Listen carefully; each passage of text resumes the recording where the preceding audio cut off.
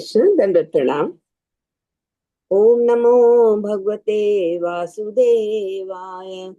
ओम नमो भगवते वासुदेवाय। ओम नमो भगवते वासुदेवाय। नारायणं नमस्कृत्य नरं चैव नरोत्तमं देवीं सरस्वतीं व्यासं ततो जयमुदीरयेत्।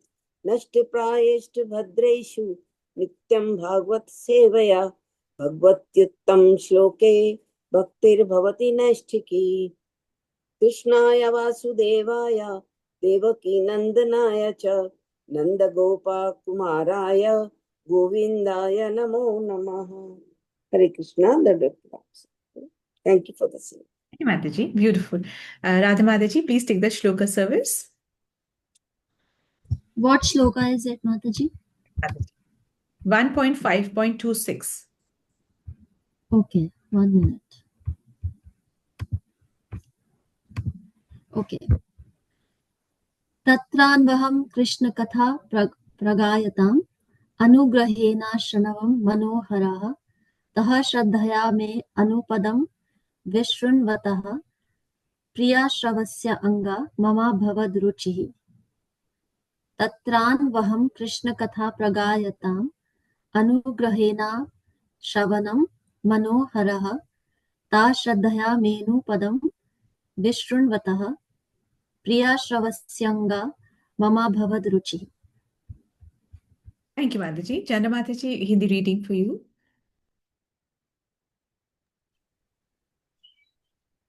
हेलो माता जी, आज नहीं ले पाऊंगी, सॉरी। Mataji, ठीक है Mataji. Ji Okay. Hare Krishna, Mataji. Should I take it? Okay, Mataji. I'm sure, Mataji. हरे कृष्णा, दंडवत प्रणाम। हे व्यासदेव, उस संगति में तथा उन महान वेदांतियों की कृपा से मैं उनके द्वारा भगवान श्री कृष्ण की मनोहर लीलाओं का वर्णन सुन सका, और इस प्रकार ध्यान पूर्वक सुनते रहने से श्री भगवान के विषय में प्रतिक्षण अधिकारिक सुनने के प्रति मेरी रुचि बढ़ती ही गई। हरे कृष्णा, दंडवत प्रणाम माता जी। Mataji, thank you so much. Thank you for the service. भी पढ़ लीजिएगा। सो नारद मुनि व्यास देव को इंस्पायर कर रहे हैं, उनको मोटिवेट कर रहे हैं, और अपने मोटिवेट करते करते वो अपने पिछले जन्म की बात भी उनको बता रहे, और बताते हैं कि पिछले कल्प में ऐसा ऐसा हुआ था। तो कल्प क्या होता है? कल्प से हमारा क्या मतलब है? हम कल्प से क्या समझते हैं कि कल्प युग होते हैं। हाँ, ब्रह्मा जी का एक दिन होता है कल्प, और उसको कल्प भी बोल सकते हैं, एक दिन भी बोल सकते हैं, और भी क्या नाम दे सकते हैं इसको? इसको और क्या नाम दे सकते हैं कि इसमें और क्या क्या होता है? एक महायुग भी बोल सकते हैं, और सॉरी, एक महायुग नहीं बोल सकते, क्या बोल सकते हैं? उसमें 1000 महायुग आते हैं, ये भी बोल सकते हैं। एक कल्प बोल सकते हैं।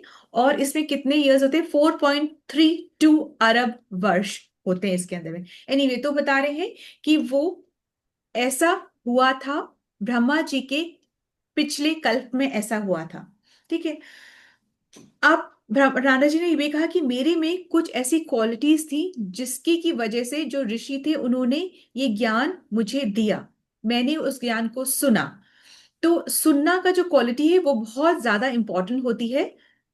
सुनने से ही हमारी स्पिरिचुअल जर्नी शुरू होती है, और लास्ट में भी हम सुनते ही रहते हैं। मतलब जब कोई एक नया नया इस वाले स्पिरिचुअल जर्नी में आता है, तभी वो कैसे आता है? वो सुनकर ही आता है।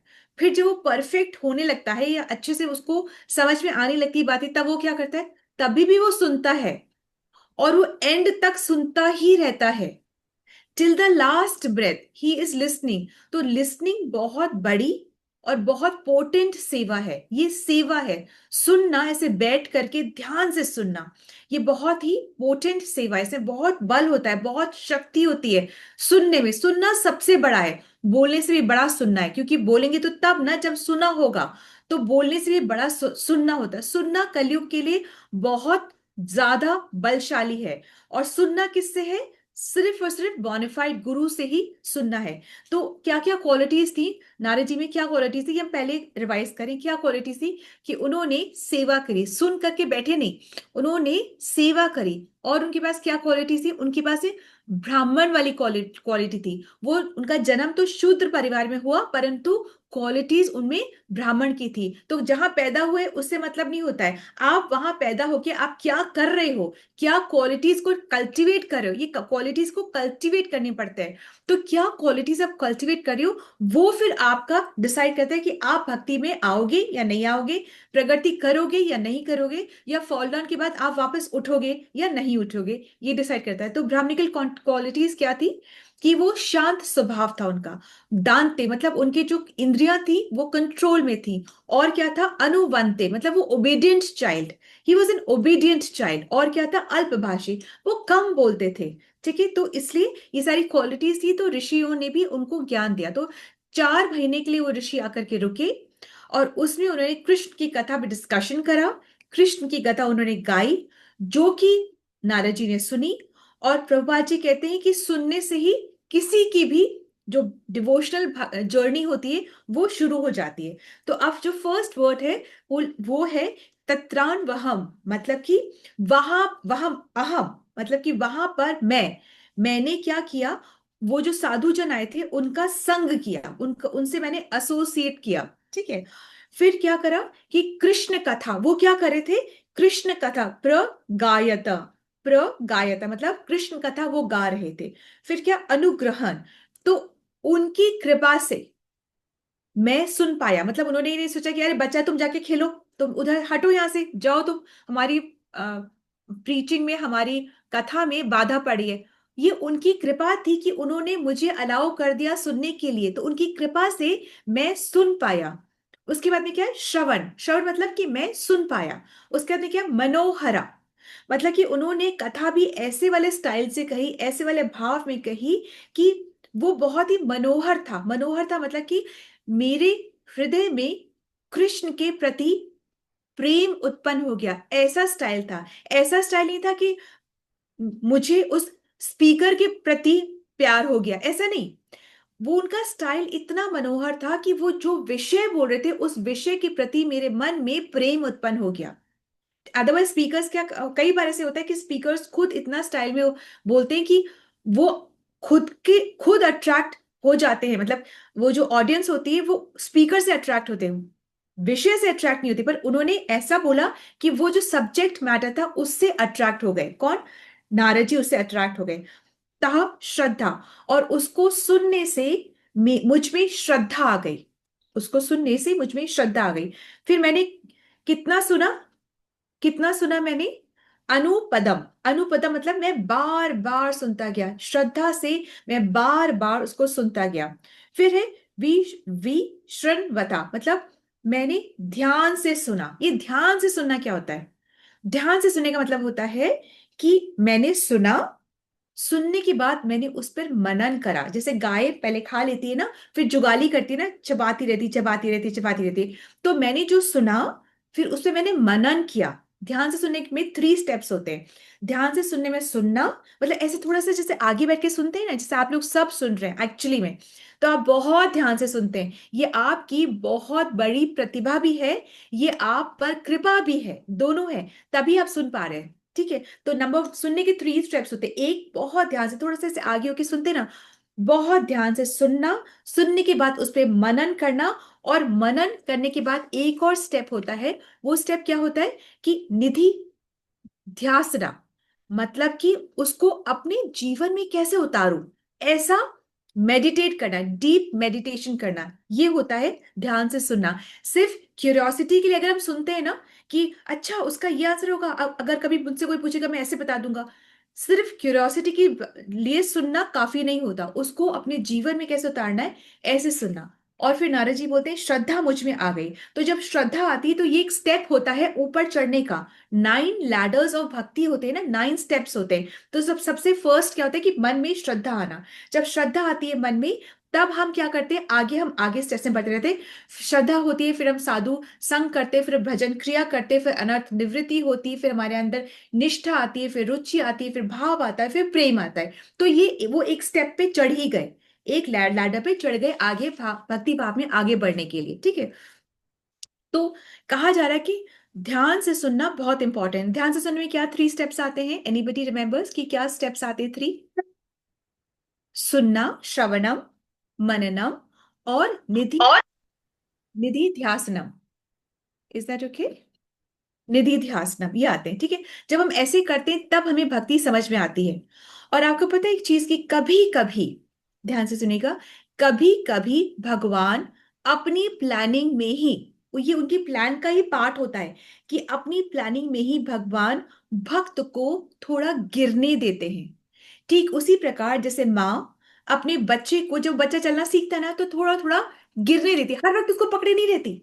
हर जब बच्चा चलना हर वक्त नहीं पकड़ के रखेगी, कभी कभी उसको गिरने भी देती है, क्योंकि वो जब गिरेगा तब वो उठेगा, और तभी उसको गिर के उठना आएगा। इसी तरीके से भगवान कभी कभी अपने भक्त को गिरने भी देते हैं, परंतु उतना ही गिरने देते हैं जितना उसके लिए अच्छा है, उसकी भक्ति के लिए अच्छा है। माँ भी उतना ही गिरने देती है जितना कि उस बच्चे के लिए अच्छा है, कि वो गिर के उठ के चलना सीख पाए, उतना सा ही गिरने देती है। ऐसे नहीं कि ज्यादा नहीं, उतना। ऐसे भगवान भी। तो हमें भगवान की प्लानिंग में विश्वास रखे, श्रद्धा रखकर आगे बढ़ते जाना है, ठीक है, आगे बढ़ते जाना है। और ये भी कहा जाता है कि सफलता तभी टेस्टी लगती है, या सफलता उसे ही टेस्टी लगती है जिसने असफलता को भी चखा हो, उसे ही टेस्टी लगती है। ठीक है, आगे बढ़ेंगे माता जी। यस राधा माता जी। 27th श्लोक।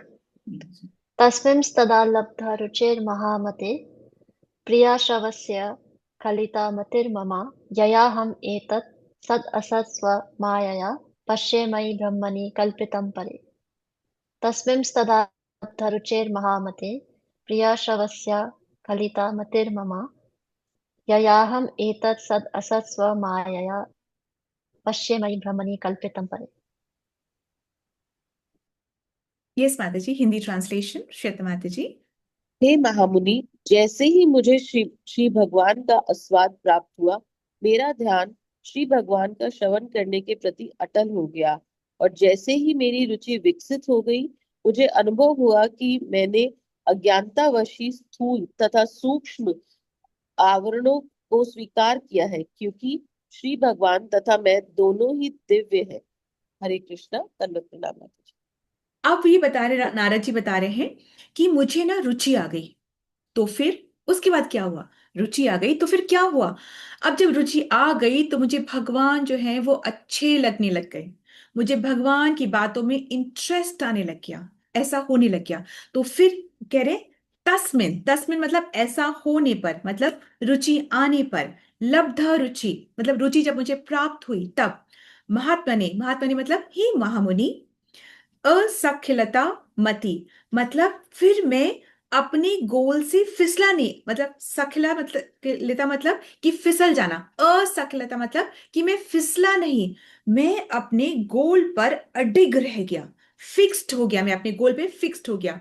और फिर जो मेरी मति ना, मेरी मति माया में जाना बंद हो गई, मतलब मेरी मति माया में नहीं फिसली, फिर वो गोल पे, गोल क्या? कृष्ण, कृष्ण मेरा गोल, उस पे मेरा फिक्स हो गया। फिर मैं अटेंटिव होकर के, मुझ में अटेंटिवनेस आ गई, मैं अटेंटिव होकर के और भी अच्छे से सुनने लगा। उससे क्या हुआ? अटेंटिव होकर सुनने लगे। अहम एतत् सत असत, इसका मतलब है कि मैं पहले जैसे माया से प्रभावित था, या मैं अपनी जिस माया से, मैं अपना जो मैंने सोचा हुआ था, अपनी जिस माया से मैं प्रभावित था, उससे मैं बाहर आ गया। ठीक है, यानी कि जब मुझे भगवान में इंटरेस्ट आने लग गया तो माया से इंटरेस्ट हटने लग गया। ऐसा नहीं हो सकता कि माया और भगवान को साथ साथ लेके चले, ये हम ऐसे बैलेंस नहीं कर सकते। माया की जगह कहाँ है? हमने क्या देखा है? माया, लक्ष्मी जी कहाँ बैठती है? लक्ष्मी कहाँ बैठती है? विष्णु के चरणों में। तो मैं की जो माया की जो जगह है वो विष्णु के चरणों में है, ठीक है। तो हम ऐसे सोचे हम माया भी करेंगे भगवान भी करेंगे, माया भी ऐसे नहीं हो सकता। ऑब्वियसली जब हम हर, हमको क्या करना है? हर चीज को स्पिरिचुअलाइज करना है। देखो, दो रास्ते, दो नाव, दो तरीके नहीं होते हैं, हर चीज को स्पिरिचुअलाइज करना है। यदि हम, जब हम कृष्ण की भक्ति में जाते हैं तो ऐसा नहीं है कि माया हमसे दूर रूठ के भाग जाएगी, ऐसा नहीं होता है। माया तो ऑलरेडी, जहां पे कृष्ण है वहीं पर विजय भी है, वहीं पर माया भी है, वहीं पर क्या बोलते हैं, लक भी है, सब किस्मत भी वही है, माया भी वही है, जीत भी वही है, सब कुछ वही है जहां पर कृष्ण है। ठीक है, इस ये समझ रहे ना। तो ऐसा नहीं सोचना है कि हम कृष्ण की भक्ति करेंगे तो माया हमसे रूठ जाएगी, अपॉर्चुनिटी हमारे पास नहीं आएगी, हम तो बिल्कुल हताश हो जाएंगे, हम तो सिर्फ भजन ही करते रह जाएंगे, हम तो भिखारी फकीर बन। कुछ नहीं, एक कृष्ण जब माखन चोर की शरण में होते हैं तो बाकी चीजें ऑलरेडी हमारे लिए हो जाती हैं। ठीक है, इस तरीके से। तो कह रहे कि जिस माया के प्रभाव में मैं था, वो माया के प्रभाव से मेरा इंटरेस्ट हट गया, क्योंकि मुझे हायर टेस्ट कृष्ण में इंटरेस्ट आने लग गया। अब ये सत असत का क्या मतलब होता है? सत और असत, सत असत के कुछ कुछ दो तीन मतलब होते हैं। सत और असत, सत मतलब इटर्नल, जो कि कभी नहीं खत्म होता। असत मतलब टेम्परेरी, जो कि एक समय के बाद में खत्म हो जाता है। सत और असत, इसका और भी क्या मतलब होता है कि सत और असत मतलब एक सटल बॉडी, मन बुद्धि और अहंकार की, और एक ग्रॉस बॉडी ये हमारी। ठीक है, तो ये होता है सत असत। एक ये भी होता है मतलब कि कारण और कार्य, जैसे कि बीज से पेड़ बनता है, तो कारण क्या हुआ? बीज, उससे कारण क्या उत्पन्न हुआ? पेड़। तो वो बोल रहे हैं कि मुझे इन सब बातों से इंटरेस्ट खत्म हो गया, मुझे इन सब बातों से ये क्यूरियोसिटी, इन सब बातों की क्यूरियोसिटी कि किससे क्या हुआ, कैसे क्या हुआ, ये सब एक लेवल पे बिल्कुल ठीक होती, क्योंकि हम भगवान के बारे में जाने ही ना, तो हम कैसे उनमें विश्वास कर पाएंगे? तो उस लेवल तक बिल्कुल ठीक। जब जब जान गए तब क्या भाई? जान गए ऐसा है वैसा है ये है वो, तब क्या? अरे तो तब भक्ति करनी है। ठीक है, जैसे नारद जी बोलते हैं, इन सब चीजों से मेरी क्यूरियोसिटी शांत हो गई। असत असत, इसमें इंटरेस्ट मेरा खत्म हो गया। माने कि जैसे जैसे हम बोल रहे हैं ना कि सूक्ष्म और स्थूल, सटल और ग्रॉस। तो ग्रॉस क्या है? हमारी बॉडी। तो मैं अपने आप को, शरीर को कंफर्ट देने वाला जो मेरा आइडिया था ना, वो मेरे से खत्म हो गया, उससे मेरा इंटरेस्ट हट गया। शरीर को क्या करना है? मेंटेन करना है, इसको बहुत पैम्पर नहीं करना है। शरीर को मेंटेन करना है, और किस लिए मेंटेन करना है? क्योंकि शरीर के अंदर जो आत्मा है, उसका पर्पस पूरा हो सके। वो किस लिए आई है? परमात्मा यहाँ पे आई इसलिए जिसे परमात्मा से मिल सके और भगवत प्रेम को प्राप्त कर सके। तो वो वाला जो पर्पस है वो सॉल्व होना चाहिए। तो इसलिए इससे मेरा इंटरेस्ट हट गया। फिर क्या बोलते हैं? मेरा सूक्ष्म से भी इंटरेस्ट हट गया। सूक्ष्म, सूक्ष्म में क्या होता है? मन, बुद्धि और अहंकार, ये तीन चीजें होती है। तो मेरा जो मतलब मेरे जो खुद के, जो मेरे मन के आइडियाज, मेरा मन ऐसे कर रहा है मैं वही करूंगा, जो ये सारे आइडियाज मेरे खत्म हो गए। मेरी बुद्धि ऐसा कहती है, नहीं, जो शास्त्र कहते हैं, जो गुरु साधु और शास्त्र कहते हैं, उसमें मेरा इंटरेस्ट आने लग गया। मेरा मन खत्म, मेरी बुद्धि ऐसा कहती, खत्म, मैं ये हूं, मैं वो हूं, मैं ये मिथ्या अहंकारी, खत्म। ये सब मेरा इंटरेस्ट इससे खत्म होने लग गया। तो भाई फिर क्या हुआ? किसमें इंटरेस्ट आने लग गया? मेरा इंटरेस्ट आया सर्व कारण कारण में, मतलब the cause of all causes, जो अल्टीमेट वजह है, उस उनमें मेरा इंटरेस्ट आने लग गया। ठीक है, जब हम ये कहते हैं कि भाई मैं शरीर नहीं हूं, तो इसको हम अपनी लाइफ में कैसे अप्लाई करते हैं? जब हम ये कह रहे हैं ना, हम आत्मा है, हम शरीर नहीं, अब इसको मनन करना है। जैसे हमने सुन लिया, अब इसको मनन करना है। मनन करने के बाद में क्या है? निधि ध्यासनम। निधि ध्यासनम मतलब इस वाले जो मुझे नॉलेज प्राप्त हुई, इसको मैं अपने जीवन में कैसे लगाऊं? तो जैसे अगर मैंने कहा कि मैं शरीर नहीं हूं, अब इस वाले स्टेटमेंट को मैं अपने जीवन में कैसे अप्लाई करूंगी? आंसर ये है कि चाहे सुख हो, चाहे दुख हो, चाहे डर हो, भाई यही चीजें होती ना। और क्या होता है? हमको या तो सुख हो रहा है या दुख हो रहा है, या हमको डर लग रहा है। डर क्या लग रहा है? कि मेरी अपने अपनों से कहीं लड़ाई ना हो जाए, मेरे अपने अपने कहीं बीमार ना पड़ जाए, मेरे अपने अपने जो कहीं मर ना जाए। अब उन्हीं का डर रहता है। ऐसे कोई कहीं पर कैसे कैसे भी मर रहा, हमें थोड़ी ना प्रॉब्लम हो रही है। पर अपनों का डर ये रहता है कि कहीं बीमार ना पड़ जाए, कहीं मेरी उनसे लड़ाई ना हो जाए, कहीं वो उनके अकस्मात मृत्यु ना हो जाए। यही चीजों का डर होता है। आंसर है, क्वेश्चन क्या था कि मैं शरीर हूं, इस बात को हम अपने जीवन में अप्लाई कैसे करते हैं? इसका आंसर ये है कि हमें इन बातों को टॉलरेट करना है। अब आप बोलो कि भाई अगर सिर में दर्द हो रहा है तो हो रहा है ना, तो आप टॉलरेट कैसे करें? शरीर है, दर्द हो रहा है तो हो रहा है, आप ये टॉलरेट करो, ये कैसे हो सकता है? टॉलरेट करो, टॉलरेट करो का मतलब ये होता है कि इन सब बातों से हम अपनी भक्ति को नहीं छोड़ते। यही है टॉलरेट करना। एड्रेस करना है उन सब चीजों को एड्रेस। अब अगर सिर में दर्द हो रहा है, नहीं ठीक हो रहा है, तो हमें दवा लेनी है, उसके और डीपर कारण में जाना है, डॉक्टर के पास जाना है, उसको एड्रेस करना है, पर उसकी वजह से भक्ति के पथ से नहीं हट जाना। इसी प्रकार से सुख या दुख हो रहा है तो सेलिब्रेट करना है, नीरस होके थोड़ी ना बैठ जाएंगे, हम तो बिल्कुल सुखी नहीं हो सकते, अलाउड ही नहीं है हमारे, हम तो भक्ति में, हम तो हंस नहीं सकते। नहीं, बिल्कुल खुल के हंसना है। कृष्ण भक्त तो सबसे खुशी, देखते हैं कैसे कैसे डांस करते हैं, जो कृष्ण के भक्त होते हैं, कितना नाचते हैं, गाते हैं। यही तो है जीवन, यही है, नाचो गाओ अच्छा खाओ, यही जीवन है, पर तरीका सही होना चाहिए। ठीक है, नाचो गाओ और खाओ, यही जीवन है, परंतु सही। कृष्ण की कथा को गाओ, कृष्ण के लिए नाचो और कृष्ण का प्रसाद पाओ, यही है नाचो गाओ खाओ, यही है। तो कहने का तात्पर्य यह है कि इन चीजों को हमें टॉलरेट करना चाहिए, चाहे सुख हो सेलिब्रेट करो, पर एक उसमें बह ना जाओ। दुख है, यस ऑफ कोर्स दुख होता है, दुखी भी होते हैं हम, परंतु फिर भी उसकी वजह से भक्ति से नहीं फिसलना है। इस तरीके, इसको बोलते हैं इसको बोलते हैं कि टॉलरेट करना, इस चीज को बोलते हैं टॉलरेट करना। आगे आगे क्या यूज हो रहा है, मई ब्रह्मणि कल्पितम, मतलब नारद को अपने अंदर भगवान का रूप रूप गुण, ये सब जो सुन रहे थे ना, वो सब अपने अंदर, वो सब कुछ उनको दिखाई देने लगा, कृष्ण के नाम रूप गुण उनको अंदर दिखाई देने लगे। अब ऐसी अवस्था को प्राप्त होने में सालों क्या जन्मों लग जाते हैं, सालों क्या जन्मों लग जाते हैं। तो इसीलिए रूप गोस्वामी ने अपनी पुस्तक में कहा है कि अगर भक्त के अंदर में उत्साह, निश्चय और धैर्य रहता है, एंथुजियाज्म, मुझे सुबह उठना है, मुझे आना है, मैं चाहे जैसे अब चंद्रमाता जी भी, she is on a vacation, पर वो फिर भी उठ करके आई, तो ये एंथुजियाज्म होता है, ये एंथुजियाज्म होना चाहिए, सब में ये एंथुजियाज्म होना चाहिए। और फिर सेकंड क्या, निश्चय, जब ये डिटर्मिनेशन रहता है ना, तो एंथुजियाज्म भी बना रहता है, ये एक दूसरे की पूरक होते हैं, एंथुजियाज्म भी बना रहता है। और जब एंथुजियाज्म बना रहता है वही काफी नहीं है, हमें पेशेंस भी रखना है। कितना तो कर रहे हैं, हो ही नहीं रहा है, यहाँ पे छोड़ दो ये माला, हम दूसरी जगह जाते हैं, वहां पे तो इतना जल्दी जल्दी रहा है। उन्होंने उस गुरुजी को फॉलो करा, देखो उनके पास कुछ नहीं था, आज उनके पास चार चार फैक्ट्रीज हैं, तो यह हम उससे भ्रमित हो जाते हैं। ये जीवन सिर्फ फैक्ट्रीज अपने नाम करने का नहीं है, ये जीवन तपस्या के लिए है। और तपस्या दान, ये किसके लिए है, कृष्ण की प्रसन्नता के लिए। तो पहले कहा गया कि दान, ये तपस्या, ये सब करो, परंतु अल्टीमेटली क्या कह रहे हैं, अल्टीमेटली कह रहे हैं कि ये सब करना है परंतु कृष्ण की प्रसन्नता के लिए करना है। ठीक है, तो माता जी let's go on to the next shloka 28। Yes माता जी। इत्थं शरत् प्रावृषिकावृतो हरे विशृण्वतो मेनुसवं यशोमलं संकीर्त्यमानं मुनिभिर्महात्मभिर्भक्तिप्रवृत्तात्मा रजस्तमोपः।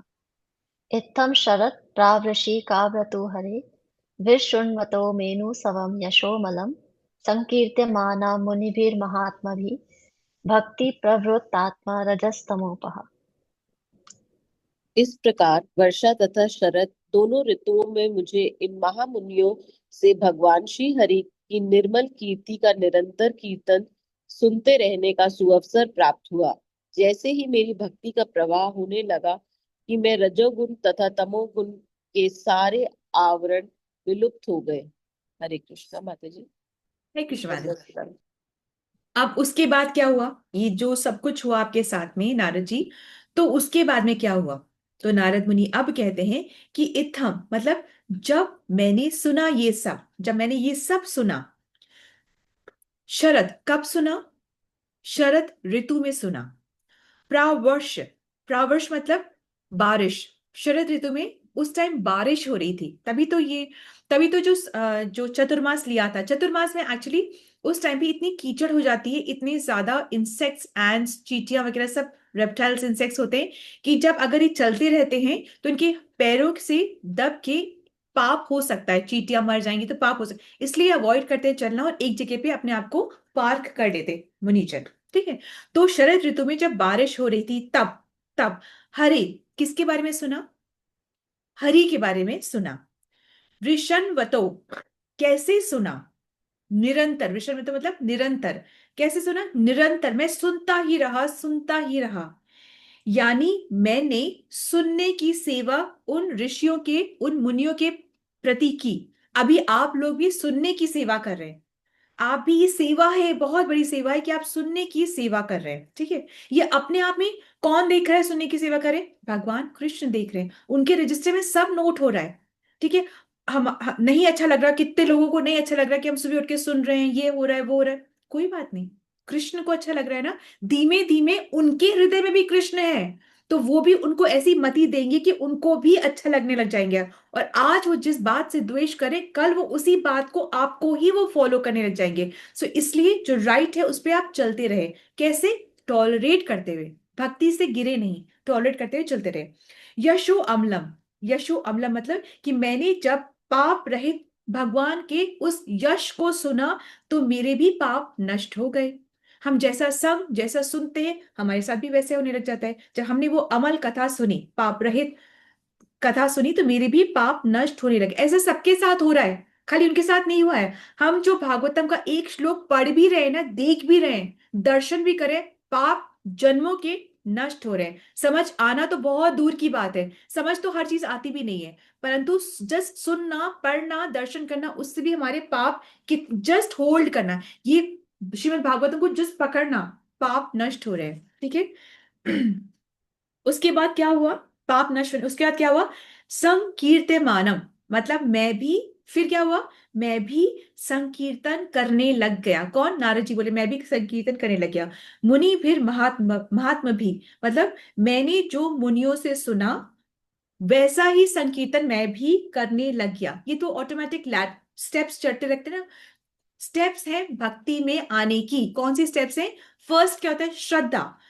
हमारे मन में श्रद्धा आती है। श्रद्धा तो हम साधु का संग करते हैं, दूसरों का नहीं संग करते। ये सब साधु जन, वैष्णवों का हम संग करते हैं। संग करने से क्या होता है? फिर वो जो करे हमें भी वही करने का मन करता है। फिर हम क्या करते हैं? वो भजन करते हैं, हमें भी भजन करने का मन करता है, तो हम भजन क्रिया करते हैं। उससे क्या होता है? अंदर की जो अनर्थ है वो निवृत्ति, वो अनर्थ जो है वो कटने झड़ने लग जाते हैं। उसके बाद में क्या होता है? निष्ठा आती है, फिर रुचि आती है, फिर भाव आता है, और फिर प्रेम आता है, लास्ट में प्रेम आता है। तो भक्ति प्रवृत्तता, मतलब भक्ति में मैं डायरेक्ट होने लग गया, मतलब मेरा जो फोकस था वो भक्ति की तरफ आने लग गया, मैं भक्ति करने लग गया। ठीक है, फिर तमो अपह, इससे क्या हुआ? मैं रजोगुण और तमोगुण, मेरे अंदर का जो रजोगुण था और तमोगुण था, जो मोह माया माया थी, वो मेरे रजो और तमो जो गुण है वो मेरे अंदर के खत्म होने लगे, और माया से इंटरेस्ट खत्म होकर के मेरा कृष्ण पे इंटरेस्ट आने लग गया। नेक्स्ट श्लोक है 29, माता जी क्विकली। यस माता जी। तस्यैवं मे अनुरक्तस्य प्रश्रितस्य हतेन च श्रद्धानस्य बालस्य दान्तस्यानुचरस्य च।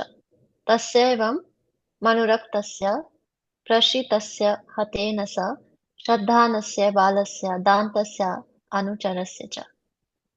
मैं मैं उन मुनियों के प्रति आसक्त था। मेरा आचरण विनम्र तथा उनकी सेवा के कारण मेरे समस्त पाप विनष्ट हो चुके थे। मेरे हृदय में उनके प्रति प्रबल श्रद्धा थी। मैंने इंद्रियों को वश में कर लिया था और मैं तन तथा मन से उनका दृढ़ता से अनुगमन कर रहा था। हरे कृष्णा। तस्य एवं में अनुरक्त से, मतलब मैं उन साधुओं में आसक्त हो गया। आसक्त हो गया मतलब कि क्या हुआ? मतलब कि उनसे प्यार नहीं हो गया, उनके इंस्ट्रक्शंस को मैं फॉलो करने लगा। वो जो कह रहे थे, जो कथा कर रहे थे, उन बातों को मैं फॉलो करने लग गया। प्रक्षी तस्य मतलब कि जो प्रश्न उत्तर कर रहे थे उनको मैं फॉलो करने लग गया, उनकी इंस्ट्रक्शंस को मैं फॉलो करने लग गया। इससे क्या हुआ? इससे क्या हुआ? मेरे पाप नष्ट हो गए, मेरी इंद्रियां कंट्रोल हो गई, और मैं उनकी इंस्ट्रक्शंस को फॉलो करता गया, करता गया, करता गया। नेक्स्ट श्लोक माता जी 30th।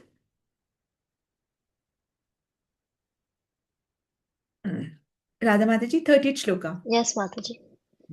ज्ञानं गुह्यतमं यत्तत् साक्षात् भगवतोदितम् अन्वो वचन गमिष्यन्त कृपया दीनवत्सलः। ज्ञानं गुह्यतमं यत्तत् साक्षात् भगवतोदितम् अन्ववोचन गमिष्यन्त कृपया दीनवत्सलः। दीन जनों पर अत्यंत दयालु उन भक्ति वेदांतों ने जाते समय मुझे उस गुह्यतम विषय का उपदेश दिया जो स्वयं श्री भगवान द्वारा निर्देशित है। हरे कृष्ण। फिर क्या हुआ? फिर वो चतुर्मास खत्म हो गया, फिर मुनियों के जाने का समय आ गया। उस टाइम पे क्या हुआ? ज्ञानम गुह्यतम मतलब जो मोस्ट कॉन्फिडेंशियल, जो सीक्रेट नॉलेज थी, जो कि हर एक को नहीं दी जाती, उसी को दी जाती जिसमें लेने की क्षमता हो। अगर मैं बोलूं कि मुझे बहुत प्यास लग रही है, तो आप पानी पिला दो, तो कैसे? मतलब मेरे पास कोई पात्र तो होना चाहिए ना जल लेने के लिए, ग्लास हो, कोई कटोरा हो, कोई वेसल हो, उसी में तो जल लेकर पिया जाएगा। ऐसे कैसे, कहाँ कैसे जल पिला दो? ठीक है, तो इसलिए रिसीवर जो होना चाहिए वो भी रेडी होना चाहिए लेने के लिए। तो ये रेडी थे तो उनको ज्ञान मिला, और मोस्ट कॉन्फिडेंशियल नॉलेज इनको मिली। मोस्ट कॉन्फिडेंशियल नॉलेज क्या है? कि भक्ति और प्रेम की, मतलब प्रेम में भक्ति की इनको ज्ञान मिला। जो कि किसने दिया था? एक्चुअली जो कि साक्षात भगवान ने ही ये ज्ञान प्रकट किया था। यूं ही हम अपने उससे ज्ञान नहीं ले सकते। जब भगवान की कृपा होती है तो भगवान अपने आप को रिवील करते हैं। हम भी तो अपनी बातें हर एक को जाके नहीं बोल सकते। जिसमें हमें कॉन्फिडेंस आता है उसी से ही हम बातें शेयर करते हैं। यूं ही तो हम जाके स्टैचू सर्कल में जाके बातें नहीं बोलने लग जाएंगे ना कि मेरे साथ ऐसा हुआ, ये हुआ, मैं क्या करूं, क्या। हमें ऐसा नहीं करते। इसी तरीके से भगवान भी उसी को या उसी के हृदय में अपने आप को रिवील करते हैं जो रिसीव करने के लायक बनता है। और रिसीव करने के लायक कैसे? उन गुणों से बनता है। वो गुण कल्टीवेट करने पड़ते हैं, तब हम ज्ञान को रिसीव कर सकते हैं। मेहनत से नहीं होगा, कि हम पैसे से नहीं होगा कि हम दुनिया की सारी किताबें खरीद लें, मेहनत करके हम सब पढ़ लें। नहीं, कृपा होगी तो भगवान समझ में आते हैं। तो नारद जी कह रहे हैं कि उन्होंने, कि ऋषि मुनियों ने मुझ जैसे दीन पर, मुझ जैसे दासी पुत्र पर, मुझ जैसे शूद्र पर अपनी कृपा करी और मैं नारद बन गया। नेक्स्ट श्लोक, दिस इज द लास्ट श्लोक माता जी, 31। यस माता जी। येनैवाहं भगवतो वासुदेवस्य वेधसा मायानुभावम् अविदं येन गच्छन्ति तत्पदम्। येनैवाहं भगवतो वासुदेवस्य वेधसा मायानुभावम् अविदं येन गच्छन्ति तत्पदम्। उस गुह ज्ञान से मैं संपूर्ण पदार्थों के श्रेष्ठा, पालक तथा संहारकर्ता श्री भगवान श्री कृष्ण की शक्ति के प्रभाव से स्पष्ट रूप से समझ सका। उसे जान लेने पर कोई भी मनुष्य उनके पास लौटकर उनका साक्षात दर्शन कर सकता है। हरे कृष्ण। थैंक यू माता जी। तो अब उस ज्ञान के प्रभाव से मेरा जो मन है वो कंप्लीटली वासुदेव, वासुदेव कृष्ण में लगने लग गया। मैं भगवान के बताए उस महान पथ पर चलने लगा, उनका प्रेम मैंने प्राप्त करने लगा। तो नारद जी अपने एग्जाम्पल से बता रहे हैं कि देखो मेरे साथ में ऐसा हुआ। तो अब बता रहे कि व्यास देव जी आप ना ये भक्ति का प्रोसेस क्या है, तरीका क्या है, वो आप समझाओ। वो व्यास देव जी को बताते हैं कि ये श्रवणम क्या होता है, ये समझाओ। अब आप जब लिखोगे ना तो ये समझाओ कि श्रवणम क्या होता है, ये समझाओ कि रुचि क्या होती है, ये समझाओ कि भगवान क्या है, माया क्या है, सत क्या है, असत क्या है, ये समझाओ। इन इन टॉपिक्स को आप इंक्लूड करो, include these topics in your literature. आप ये सब के बारे में लिखो। बाकी सब जो है ना, जैसे आपने अभी आप लिख चुके हो, ये आयुर्वेदा है, धनुर्वेदा है, नीति शास्त्र है, इन सबको अभी साइड में रख दो।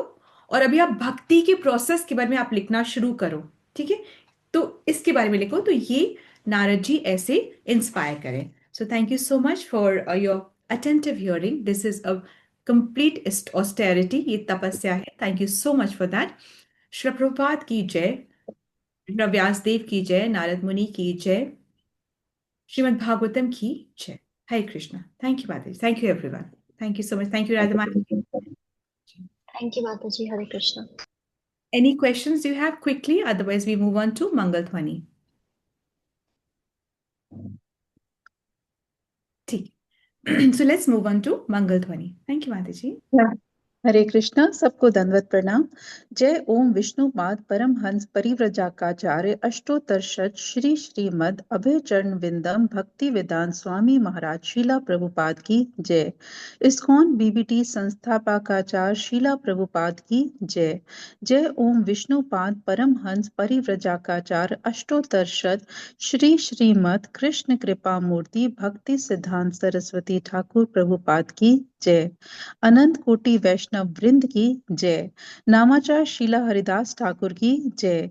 श्री रूप सनातन भट्ट रघुनाथ, श्री जीव गोपाल भट्ट, दास रघुनाथ, शरण गोस्वामी, प्रभु